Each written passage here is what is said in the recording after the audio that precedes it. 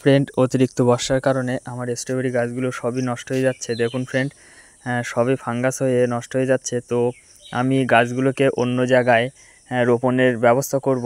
তার জন্য ফ্রেন্ড দেখুন, কিছু পরিমাণে মাটি নিয়েছি, আর তার যতটা মাটি নিয়েছি তার অর্ধেক পরিমাণে গোবর সার নিয়েছি।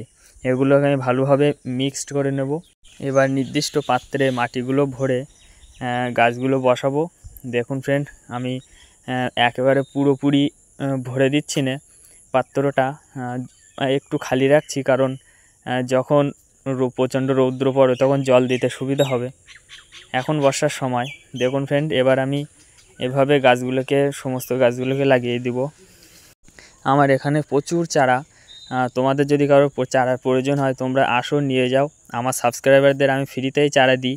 শুধু স্ট্রবেরি চারা না, ড্রাগনের চারাও যদি প্রয়োজন হয় আসো, নিয়ে যাও। চ্যানেলটি সাবস্ক্রাইব করে পাশে থাকুন। আসছি পরবর্তী ভিডিও নিয়ে। ভালো থাকবেন সবাই।